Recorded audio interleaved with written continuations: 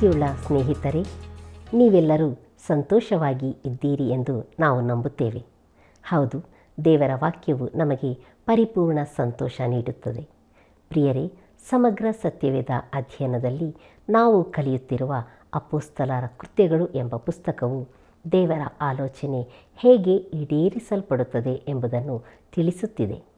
ಇಂದು ನಾವು ಮನುಷ್ಯನು ಬಿತ್ತದ್ದನ್ನೇ ಕೊಯ್ಯುತ್ತಾನೆ ಎಂಬ ವಿಷಯವು ಪೌಲನ ಜೀವಿತದಲ್ಲಿ ಹೇಗೆ ನೆರವೇರಿತು ಹಾಗೂ ಮಹಾ ಸಭಾಕೂಟದ ತೀರ್ಮಾನವೇನು ಎಂಬುದನ್ನು ತಿಳಿದುಕೊಂಡು ದೇವರ ವಾಕ್ಯಕ್ಕೆ ವಿಧೇಯರಾಗೋಣ.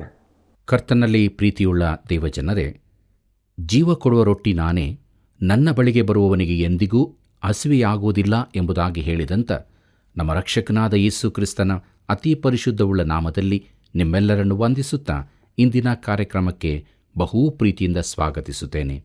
ಪ್ರೀತಿಯುಳ್ಳ ದೇವಜನರೇ, ಅಪೊಸ್ತಲ ಕೃತ್ಯಗಳು ಪುಸ್ತಕದ ಅಧ್ಯಯನದಲ್ಲಿ ನಾವು ಮುಂದೆ ಸಾಗುತ್ತಾ ಇದ್ದೇವೆ. ಅನೇಕ ಸತ್ಯಗಳನ್ನು ನಾವು ತಿಳಿದುಕೊಂಡಿದ್ದೇವೆ. ದೇವರ ವಾಕ್ಯಕ್ಕೆ ಅನುಸಾರವಾಗಿ ನಾವು ಜೀವಿಸೋಣ. ಮುಂದುವರೆದು ನಮ್ಮ ಧ್ಯಾನದಲ್ಲಿ ಅಪೊಸ್ತಲ ಕೃತ್ಯಗಳು 14ನೇ ಅಧ್ಯಾಯ 19ನೇ ವಚನವನ್ನು ಗಮನಿಸೋಣ. ಅಲ್ಲಿ ಹೀಗೆ ನೋಡುತ್ತೇವೆ: ತರುವಾಯ ಅಂತಿಯೋಕ್ಯದಿಂದಲೂ ಇಕೋನ್ಯದಿಂದಲೂ ಯಹೂದ್ಯರು ಬಂದು ಜನರನ್ನು ಪ್ರೇರೇಪಿಸಿ ಪೌಲನನ್ನು ಕೊಲ್ಲುವುದಕ್ಕೆ ಕಲ್ಲೆಸೆದು ಅವನು ಸತ್ತನೆಂದು ಭಾವಿಸಿ ಊರ ಹೊರಕ್ಕೆ ಎಳೆದು ಬಿಟ್ಟರು ಎಂಬುದಾಗಿ. ಪ್ರೀತಿಯುಳ್ಳ ಸಹೋದರ ಸಹೋದರಿಯರೇ, ಎಂಥ ಆಶ್ಚರ್ಯದ ಘಟನೆ ನೋಡಿರಿ! ಎಷ್ಟು ಚಂಚಲರಾದ ಜನರು! ಪೌಲ ಬಾರ್ನಬರನ್ನು ದೇವರೆಂದು ಪೂಜಿಸಲು ಹೊರಟವರು ಮರುದಿನ ಅವರಿಗೆ ಕಲ್ಲೆಸೆದು ಪೌಲನನ್ನು ಕೊಲ್ಲುವುದಕ್ಕಿದ್ದರು. ಪೌಲನಿಗೆ ಕಲ್ಲೆಸೆದು ಅವನು ಸತ್ತನೆಂದು ತಿಳಿದು ಊರ ಹೊರಕ್ಕೆ ಎಳೆದು ಹಾಕಿದರು. ಪ್ರಿಯರೇ, ಅವನು ಸತ್ತು ಹೋಗಿದ್ದಾನೋ? ನಾನು ಹೌದು ಎಂದು ಭಾವಿಸುತ್ತೇನೆ. ಮುಂದೆ ಪೌಲನು ತನಗಾದ ಈ ಅನುಭವದ ಕುರಿತಾಗಿ ಬರೆಯುತ್ತಾ ಹೀಗೆ ಹೇಳುತ್ತಾನೆ. ಕೊರಿಂಥದವರಿಗೆ ಬರೆದಂಥ 2ನೇ ಪತ್ರಿಕೆ 12ನೇ ಅಧ್ಯಾಯ 2ನೇ ವಚನದಿಂದ 4ನೇ ವಚನದವರೆಗೆ: ಕ್ರಿಸ್ತನಲ್ಲಿದ್ದ ಒಬ್ಬ ಮನುಷ್ಯನನ್ನು ಬಲ್ಲೆನು. ಅವನು 14 ವರ್ಷಗಳ ಹಿಂದೆ 3ನೇ ಆಕಾಶದ ಪರ್ಯಂತರಕ್ಕೂ ಒಯ್ಯಲ್ಪಟ್ಟನು. ಅವನು ದೇಹಸಹಿತನಾಗಿ ಒಯ್ಯಲ್ಪಟ್ಟನೋ ದೇಹರಹಿತನಾಗಿ ಒಯ್ಯಲ್ಪಟ್ಟನೋ ನಾನರಿಯೆ, ದೇವರೇ ಬಲ್ಲನು. ಅಂಥ ಮನುಷ್ಯನು ಪರದೈಸಕ್ಕೆ ಒಯ್ಯಲ್ಪಟ್ಟು ಮನುಷ್ಯರು ನುಡಿಯಲಸಕ್ಯವಾದ ಹೇಳಬಾರದ ಮಾತುಗಳನ್ನು ಕೇಳಿದನೆಂದು ಬಲ್ಲೆನು. ಆ ಸಮಯದಲ್ಲಿ ಅವನು ದೇಹಸಹಿತನಾಗಿದ್ದಾನೋ ದೇಹರಹಿತನಾಗಿದ್ದಾನೋ ನಾನರಿಯೆ, ದೇವರೇ ಬಲ್ಲೆನು ಎಂಬುದಾಗಿ. ಕರ್ತನಲ್ಲಿ ಪ್ರಿಯರೇ, ಆ ಮನುಷ್ಯನು ಯಾರು? ಅದು ಪೌಲನು ತಾನೆ. ಮುಂದೆ 7ನೇ ವಚನದಲ್ಲಿ: ಈ ಕಾರಣದಿಂದಲೂ ನನಗೆ ತಿಳಿಸಲ್ಪಟ್ಟ ರಹಸ್ಯಗಳು ಬಹು ವಿಶೇಷವಾಗಿರುವುದರಿಂದಲೂ ನಾನು ಹೊಗಳಿಕೊಳ್ಳದೆ ಸುಮ್ಮನಿರುತ್ತೇನೆ. ನನ್ನನ್ನು ನಾನು ಅತಿಶಯವಾಗಿ ಹೆಚ್ಚಿಸಿಕೊಳ್ಳಬಾರದೆಂತಲೇ ಇದಾಯಿತು ಎಂದು ಹೇಳುತ್ತಾನೆ. ಪ್ರಿಯರೇ, ಆ ಜನರ ಗುಂಪು ಪೌಲನು ಅರ್ಧ ಸತ್ತವನಾಗಿದ್ದರೆ ಹಾಗೆಯೇ ಅವನನ್ನು ಬಿಡುತ್ತಿರಲಿಲ್ಲ. ಸತ್ತದ್ದರಿಂದಲೇ ಬಿಟ್ಟು ಹೋದರು. ದೇವರು ಅವನನ್ನು ತಿರುಗಿ ಜೀವದಿಂದೆಬ್ಬಿಸಿದನೆಂದು ನಾನು ನಂಬುತ್ತೇನೆ. ಪ್ರೀತಿಯುಳ್ಳ ದೇವಜನರೇ, ಈ ಕಲ್ಲೆಸೆತವನ್ನು ದೇವರು ಯಾಕೆ ಬಿಟ್ಟನು? ಗಲಾತ್ಯದವರಿಗೆ ಬರೆದ ಪತ್ರಿಕೆ 6ನೇ ಅಧ್ಯಾಯ 7ನೇ ವಚನದಲ್ಲಿ ಹೀಗಿದೆ: ಮೋಸ ಹೋಗಬೇಡಿರಿ, ದೇವರು ತಿರಸ್ಕಾರ ಸಹಿಸುವನಲ್ಲ. ಮನುಷ್ಯನು ತಾನು ಏನು ಬಿತ್ತುತ್ತಾನೋ ಅದನ್ನೇ ಕೊಯ್ಯಬೇಕು ಎಂಬುದಾಗಿ. ಪ್ರೀತಿಯುಳ್ಳ ಸಹೋದರ ಸಹೋದರಿಯರೇ, ಪೌಲನು ತಾನು ಬಿತ್ತಿದ್ದನ್ನೇ ಕೊಯ್ಯುತ್ತಿದ್ದಾನೆ. ಅವನು ಸ್ತೆಫನನಿಗೆ ಕಲ್ಲೆಸೆಯುವುದಕ್ಕೆ ಒಪ್ಪಿಕೊಂಡಿದ್ದನು. ಈಗ ಅವನು ಮಾನಸಾಂತರ ಪಟ್ಟಿದ್ದಾನಲ್ಲ ಎಂದು ಯಾರಾದರೂ ಹೇಳಬಹುದು. ಹೌದು, ಆದರೆ ಮಾನಸಾಂತರದ ಬಳಿಕವೂ ನಾವು ಬಿತ್ತಿದ್ದನ್ನು ಕೊಯ್ಯಲೇಬೇಕಾಗುತ್ತದೆ. ಇದು ಪ್ರಕೃತಿಯ ನಿಯಮವೂ ನಮ್ಮ ಜೀವಿತದಲ್ಲಿನ ನಿಯಮವೂ ಆಗಿರುತ್ತದೆ. ನಾವು ಬಿತ್ತಿದ್ದನ್ನೇ ಕೊಯ್ಯುತ್ತೇವೆ. ಕರ್ತನಲ್ಲಿ ಪ್ರಿಯರೇ, ಸೌಲನು ಸ್ತೆಫನನನ್ನು ಕಲ್ಲೆಸೆದು ಕೊಲ್ಲುವುದರಲ್ಲಿ ಪಾಲುಗಾರನಾಗಿದ್ದರಿಂದ ಅನೇಕ ವರ್ಷಗಳ ಬಳಿಕ ಅವನಿಗೂ ಇಂಥದ್ದೇ ಸಂಭವಿಸಿತು. ಅಪೊಸ್ತಲ ಕೃತ್ಯಗಳು 14ನೇ ಅಧ್ಯಾಯ 20ನೇ ವಚನ ಹೀಗೆ ಹೇಳುತ್ತದೆ: ಆದರೆ ಶಿಷ್ಯರು ಅವನ ಸುತ್ತಲೂ ನಿಂತುಕೊಂಡಿರುವಾಗ ಅವನು ಎದ್ದು ಊರೊಳಕ್ಕೆ ಹೋದನು. ಮರುದಿನ ಬಾರ್ನಬನ ಜೊತೆಯಲ್ಲಿ ದೆರ್ಬೆಗೆ ಹೊರಟನು ಎಂಬುದಾಗಿ. ಕರ್ತನಲ್ಲಿ ಪ್ರಿಯರೇ, ಇದು ಅದ್ಭುತವಾದದ್ದು. ಕಲ್ಲೆಸೆಯಲ್ಪಟ್ಟವನ ಮೈಯಿಡೀ ಗಾಯಗಳಾಗಿರುತ್ತದೆ. ಪೌಲನು ಎದ್ದು ನಿಂತನು ಹಾಗೂ ಮರುದಿನವೇ ಪ್ರಯಾಣಕ್ಕೆ ಸಿದ್ಧನಾಗಿದ್ದನು. ಅವನು ಸತ್ತವನಾಗಿದ್ದು ಬಂದರೂ ಇಲ್ಲದಿದ್ದರೂ ಈ ಘಟನೆ ಒಂದು ಅದ್ಭುತವೇ ಸರಿ. ಅಪೊಸ್ತಲ ಕೃತ್ಯಗಳು 14ನೇ ಅಧ್ಯಾಯ 21 ಮತ್ತು 22ನೇ ವಚನವನ್ನು ಗಮನಿಸೋಣ. ಅಲ್ಲಿ ಹೀಗೆ ನೋಡುತ್ತೇವೆ: ಆ ಊರಿನಲ್ಲಿ ಅವರು ಸುವಾರ್ತೆಯನ್ನು ಸಾರಿ ಅನೇಕರನ್ನು ಶಿಷ್ಯರಾಗ ಮಾಡಿದ ಮೇಲೆ ಹಿಂತಿರುಗಿ ಲುಸ್ರಕ್ಕೂ ಇಕೋನ್ಯಕ್ಕೂ ಅಂತಿಯೋಕ್ಯಕ್ಕೂ ಬಂದು ಶಿಷ್ಯರ ಮನಸ್ಸುಗಳನ್ನು ದೃಢಪಡಿಸಿದರು. ನಾವು ಬಹು ಸಂಕಟಗಳನ್ನು ತಾಳಿ ದೇವರ ರಾಜ್ಯದೊಳಕ್ಕೆ ಸೇರಬೇಕೆಂಬುದಾಗಿ ಎಚ್ಚರಿಕೆ ಮಾತನ್ನು ಹೇಳಿ ಕ್ರಿಸ್ತ ನಂಬಿಕೆಯಲ್ಲಿ ಸ್ಥಿರವಾಗಿರಿ ಎಂದು ಅವರನ್ನು ಧೈರ್ಯಗೊಳಿಸಿದರು ಎಂಬುದಾಗಿ. ಕರ್ತನಲ್ಲಿ ಪ್ರಿಯರೇ, ನೀವು ಭೂಪಟವನ್ನು ನೋಡುವುದಾದರೆ ದೆರ್ಬೆಯು ಅವರ ಪ್ರಯಾಣದ ಕೊನೆಯ ಸ್ಥಳವಾಗಿತ್ತು. ಇಲ್ಲಿಂದ ಅವರು ಹಿಂದಕ್ಕೆ ತಿರುಗಿಕೊಂಡು ಲುಸ್ರ, ಇಕೋನ್ಯ ಹಾಗೂ ಅಂತಿಯೋಕ್ಯ ಪಟ್ಟಣಗಳನ್ನು ಹಾದು ಹಿಂದಕ್ಕೆ ಬಂದರು. ಅಪೊಸ್ತಲ ಕೃತ್ಯಗಳು 14ನೇ ಅಧ್ಯಾಯ 23ನೇ ವಚನದಿಂದ 25ನೇ ವಚನದವರೆಗೆ ನೋಡೋಣ.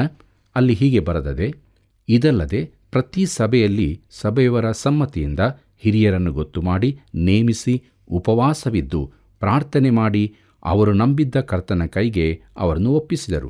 ತರುವಾಯ ಪಿಸಿದ್ಯ ಸೀಮೆಯನ್ನು ಹಾದು ಪಂಪುಲ್ಯ ಸೀಮೆಗೆ ಬಂದು ಅದಕ್ಕೆ ಸೇರಿರುವ ಪೆರ್ಗೆಯಲ್ಲಿ ಕರ್ತನ ವಾಕ್ಯವನ್ನು ಹೇಳಿದ ಮೇಲೆ ಅತಾಲ್ಯಕ್ಕೆ ಇಳಿದು ಅಲ್ಲಿಂದ ಸಮುದ್ರ ಪ್ರಯಾಣವಾಗಿ ಅಂತಿಯೋಕ್ಯಕ್ಕೆ ಮುಟ್ಟಿದರು ಎಂಬುದಾಗಿ. ಪ್ರೀತಿಯುಳ್ಳ ದೇವಜನರೇ, ಅವರು ಪಿಸಿದ್ಯ ಪಂಪುಲ್ಯಗಳ ಮಾರ್ಗವಾಗಿ ಬಂದು ಪೆರ್ಗೆಯಲ್ಲಿ ತಿರುಗಿ ಕರ್ತನ ವಾಕ್ಯವನ್ನು ಸಾರಿದರು. ಅಲ್ಲಿಂದ ಮುಂದೆ ಇತಾಲ್ಯಕ್ಕೆ ಇಳಿದು ಬಂದು ಆ ಬಂದರಿಂದ ಸಮುದ್ರ ಮಾರ್ಗವಾಗಿ ಅಂತಿಯೋಕ್ಯಕ್ಕೆ ತಿರುಗಿ ಬಂದರು ಎಂಬುದನ್ನು ನೋಡುತ್ತೇವೆ. ಅಪೊಸ್ತಲ ಕೃತ್ಯಗಳು 14ನೇ ಅಧ್ಯಾಯ 26ನೇ ವಚನದಿಂದ 28ನೇ ವಚನದವರೆಗೆ ಗಮನಿಸೋಣ.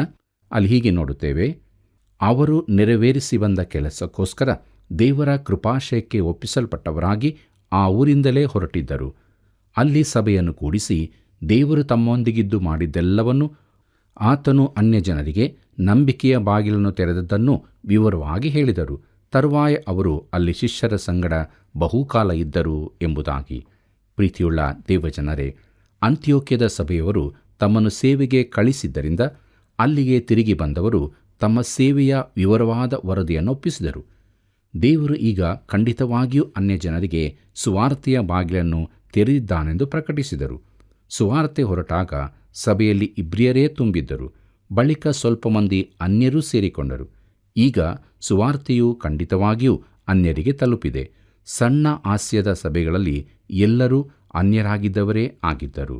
ಪ್ರೀತಿಯುಳ್ಳ ದೇವಜನರೇ, ಇಲ್ಲಿಗೆ ಅಪೊಸ್ತಲ ಕೃತ್ಯಗಳು 14ನೇ ಅಧ್ಯಾಯ ಧ್ಯಾನವನ್ನು ನಾವು ಮಾಡಿ ಮುಗಿಸಿದ್ದೇವೆ. ದೇವರಿಗೆ ಮಹಿಮೆಯಾಗಲಿ. ಮುಂದಕ್ಕೆ ನಾವು ಅಪೊಸ್ತಲ ಕೃತ್ಯಗಳು 15ನೇ ಅಧ್ಯಾಯದ ಧ್ಯಾನವನ್ನು ಪ್ರಾರಂಭಿಸೋಣ. ಇದರ ಮುಖ್ಯ ಪ್ರಸ್ತಾಪ ಯೆರೂಸಲೇಮಿನಲ್ಲಾದ ಮಹಾಸಭಾಕೂಟ ಎಂಬುದಾಗಿ. ಪ್ರೀತಿಯುಳ್ಳ ಸಹೋದರ ಸಹೋದರಿಯರೇ, ಪೌಲ ಬಾರ್ನಬರ ಮೊದಲನೇ ಪ್ರಸಂಗ ಪ್ರಯಾಣ ಮುಗಿಯಿತು. ಗಲಾತ್ಯ ಪ್ರಾಂತ್ಯದಲ್ಲಿ ಅವರು ಸ್ಥಾಪಿಸಿದ ಸಭೆಗಳು 100ಕ್ಕೆ 100 ಅನ್ಯಜನರಿಂದ ಕೂಡಿದ್ದಾಗಿದ್ದವು. ಈಗ ಸಭೆಯ ಎದುರಿಗೆ ಒಂದು ಸಮಸ್ಯೆ ಬಂದಿತು.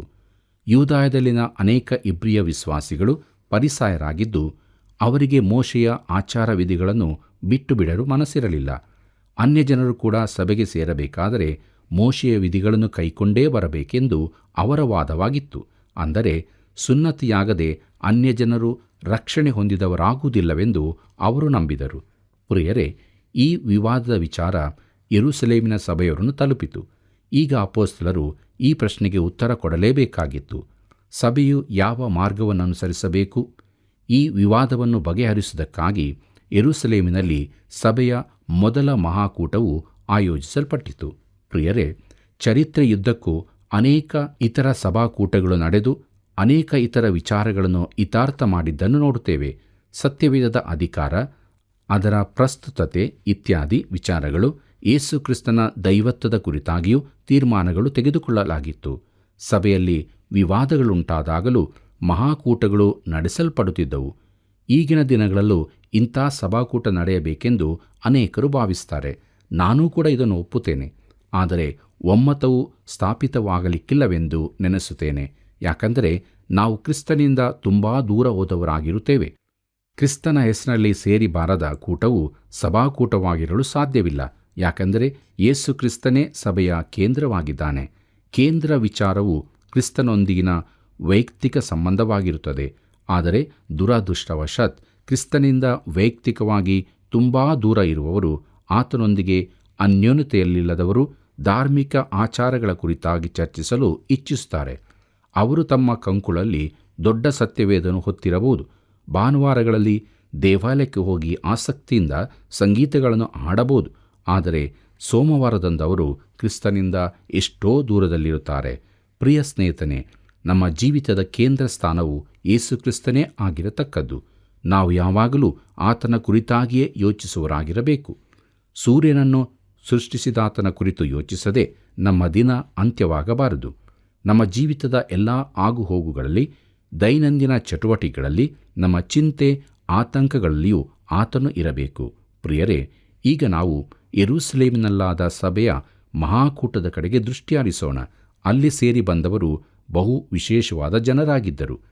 ಕೃಪೆಯೋ ಧರ್ಮಶಾಸ್ತ್ರವೋ ಅಥವಾ ಧರ್ಮಶಾಸ್ತ್ರವೋ ಸ್ವಾತಂತ್ರ್ಯವೋ ಎಂಬ ಕುರಿತಾಗಿ ತೀರ್ಮಾನಿಸಲು ಈ ಜನರು ಸೇರಿ ಬಂದಿದ್ದಾರೆ.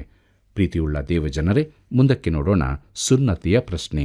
ಅಪೊಸ್ತಲರ ಕೃತ್ಯಗಳು 15ನೇ ಅಧ್ಯಾಯ 1ನೇ ವಚನ ಹೀಗೆ ಹೇಳುತ್ತದೆ: ಬಳಿಕ ಕೆಲವರು ಯೂದಾಯದಿಂದ ಅಂತಿಯೋಕ್ಯಕ್ಕೆ ಬಂದು, ನೀವು ಮೋಶೆಯ ಗ್ರಂಥದಲ್ಲಿ ಹೇಳಿರುವ ನೇಮದ ಪ್ರಕಾರ ಸುನ್ನತಿ ಮಾಡಿಸಿಕೊಳ್ಳದಿದ್ದರೆ ನಿಮಗೆ ರಕ್ಷಣೆಯಾಗಲಾರದು ಎಂಬುದಾಗಿ ಸಹೋದರರಿಗೆ ಉಪದೇಶ ಮಾಡುತ್ತಿದ್ದರು ಎಂಬುದಾಗಿ.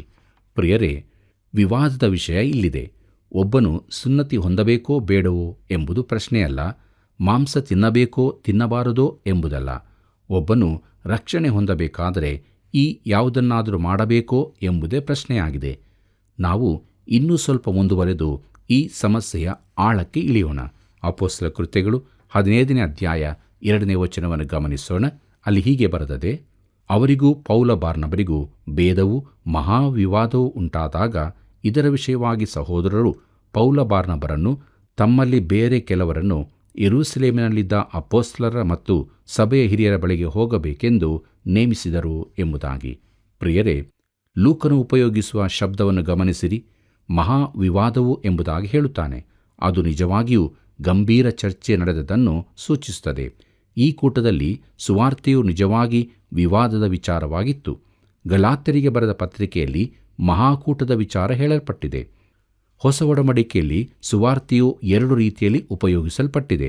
ಮೊದಲನೇದಾಗಿ ಸುವಾರ್ತೆಯ ಸತ್ಯಾಂಶಗಳು. ಇವು ಸಂಪೂರ್ಣವಾಗಿ ಮೂಲವೂ ಅತಿ ಅವಶ್ಯವೂ ಆಗಿರುವಂಥವುಗಳು. ಪೌಲನು ಕೊರಿಂಥದವರಿಗೆ ಬರೆದಂಥ ಮೊದಲನೇ ಪತ್ರಿಕೆ 15ನೇ ಅಧ್ಯಾಯದ ಮೊದಲ 5 ವಚನಗಳಲ್ಲಿ ಈ ಸತ್ಯಾಂಶಗಳನ್ನು ತಿಳಿಸುತ್ತಾನೆ. ಅದು ಕರ್ತನಾದ ಯೇಸುವಿನ ಮರಣ, ಹೂಣಿಡುವಿಕೆ ಹಾಗೂ ಪುನರುತ್ಥಾನಗಳ ಕುರಿತಾದದ್ದು.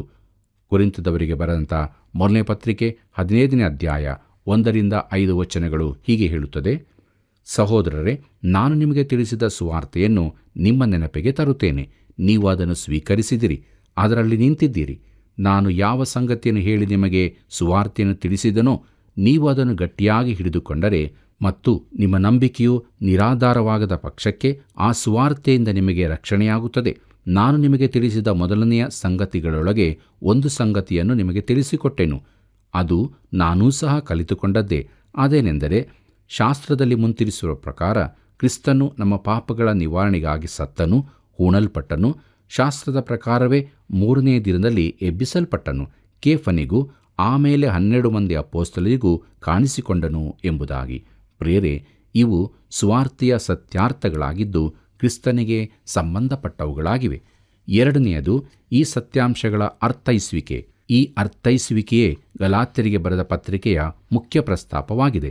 ಯೆರೂಸಲೇಮಿನ ಈ ಪ್ರಥಮ ಸಭಾಕೂಟದಲ್ಲಿ ಚರ್ಚೆಯ ವಿಷಯವಾಗಿರುವಂಥದ್ದು ಇದೇ ಆಗಿದೆ. ಆದ್ದರಿಂದ ಸುವಾರ್ತೆಯು ಈ ಸತ್ಯಾಂಶದ ಮೇಲೆ ಅವಲಂಬಿತವಾಗಿದೆ. ಗಲಾತ್ಯದವರಿಗೆ ಬರೆದ ಪತ್ರಿಕೆ 3ನೇ ಅಧ್ಯಾಯ 22ನೇ ವಚನದಲ್ಲಿ ಪೌಲನು ಹೀಗೆ ಹೇಳುತ್ತಾನೆ: ಆ ವಾಗ್ದಾನದ ಫಲವು ನಂಬುವವರಿಗೆ ಕೊಡಲ್ಪಡಬೇಕೆಂದು ಶಾಸ್ತ್ರವು ಸಮಸ್ತವನ್ನು ಪಾಪಕ್ಕೊಳಗಾಗಿದೆ ಎಂದು ತೀರ್ಮಾನಿಸಿತು. ಪ್ರಿಯರೇ, ಒಬ್ಬನು ರಕ್ಷಣೆ ಹೊಂದಬೇಕಾದರೆ ಏನು ಮಾಡಬೇಕು? ನಂಬುವುದೇ ಹೊರತು ಬೇರೆ ಯಾವುದೂ ಇಲ್ಲ. ಗಲಾತ್ಯದವರಿಗೆ ಬರೆದ ಪತ್ರಿಕೆ 2ನೇ ಅಧ್ಯಾಯ 15 ಮತ್ತು 16ನೇ ವಚನದಲ್ಲಿ ಹೀಗೆ ನೋಡುತ್ತೇವೆ: ನಾವಂತೂ ಹುಟ್ಟು ಯಹೂದ್ಯರು, ಪಾಪಿಗಳೆನಿಸಿಕೊಂಡ ಅನ್ಯ ಜನರಲ್ಲ.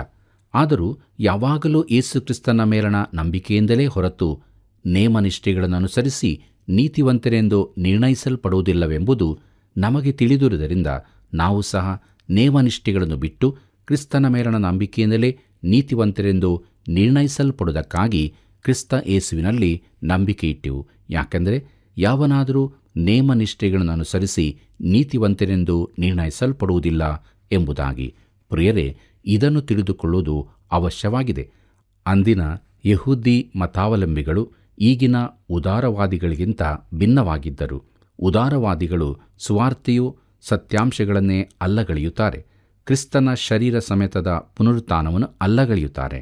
ಕೆಲವರು ಇನ್ನೂ ಮುಂದಕ್ಕೆ ಹೋಗಿ ಕ್ರಿಸ್ತನು ಒಂದು ಊಹಾಪೋಹ ಮಾತ್ರವೇ ಹೊರತು ಆತನು ಬದುಕಿದ್ದೇ ಇಲ್ಲ, ಸತ್ತದ್ದೇ ಇಲ್ಲ ಎಂದೆನ್ನುತ್ತಾರೆ. ಕೆಲವರು ಚರಿತ್ರೆಯನ್ನು ಅಷ್ಟರ ಮಟ್ಟಿಗೆ ಅಡಿಮೇಲು ಮಾಡದಿದ್ದರೂ ಯೇಸು ನಮ್ಮ ಪಾಪಗಳಿಗಾಗಿ ಸತ್ತನೆಂಬುದನ್ನು ಅಲ್ಲಗಳೆಯುತ್ತಾರೆ. ಪ್ರಿಯರೇ, ಯಹೂದ್ಯ ಮತಾವಲಂಬಿಗಳು ಸುವಾರ್ತೆಯ ಸತ್ಯಾಂಶಗಳನ್ನು ಅಲ್ಲಗಳೆಯಲು ಹೋಗಲಿಲ್ಲ. ಆದರೆ ಆ ಸತ್ಯಾಂಶಗಳನ್ನು ಅರ್ಥೈಸಿಕೊಳ್ಳುವ ವಿಚಾರದಲ್ಲಿ ವಿವಾದಗಳುಂಟಾದವು. ಕ್ರಿಸ್ತನು ಕ್ರೂಜೆಯಲ್ಲಿ ನಿನಗಾಗಿ ಏನು ಮಾಡಿದ್ದಾನೆ?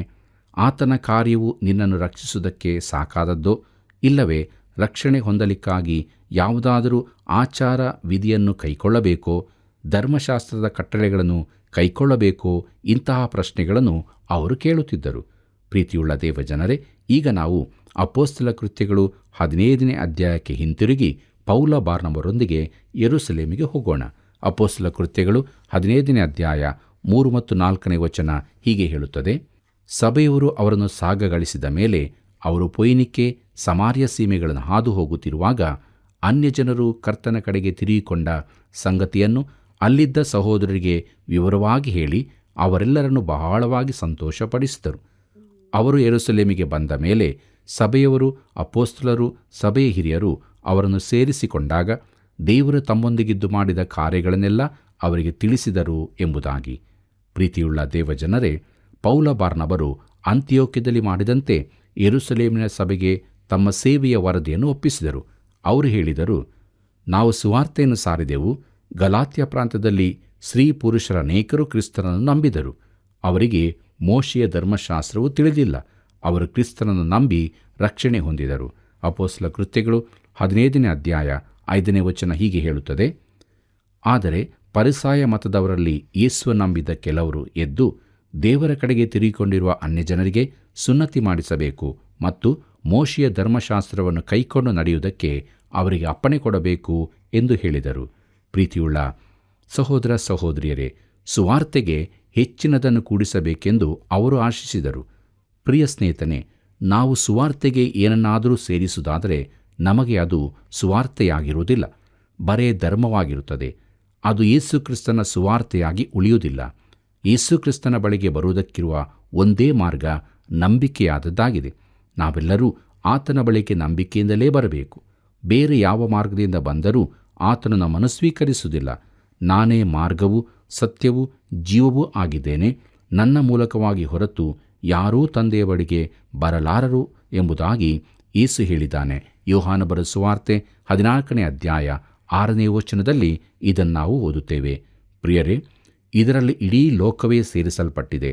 ನಾಶನ ಪಾತ್ರವಾದ ಲೋಕಕ್ಕೆ ದೇವರು ಒಂದೇ ಪ್ರಶ್ನೆಯನ್ನು ಹಾಕುತ್ತಾನೆ. ಅದೇನೆಂದರೆ, ನಿನಗಾಗಿ ಪ್ರಾಣ ಕೊಟ್ಟ ನನ್ನ ಮಗನನ್ನು ನೀನು ಏನು ಮಾಡುತ್ತೀ ಎಂಬುದಾಗಿ. ಅಪೊಸ್ತಲ ಕೃತ್ಯಗಳು 15ನೇ ಅಧ್ಯಾಯ 6ನೇ ವಚನ ಹೀಗೆ ಹೇಳುತ್ತದೆ. ಅಪೊಸ್ತಲರು, ಸಭೆಯ ಹಿರಿಯರು ಈ ವಿಷಯವನ್ನು ಕುರಿತು ಆಲೋಚಿಸುವುದಕ್ಕೆ ಕೂಡಿ ಬಂದಿದ್ದರು.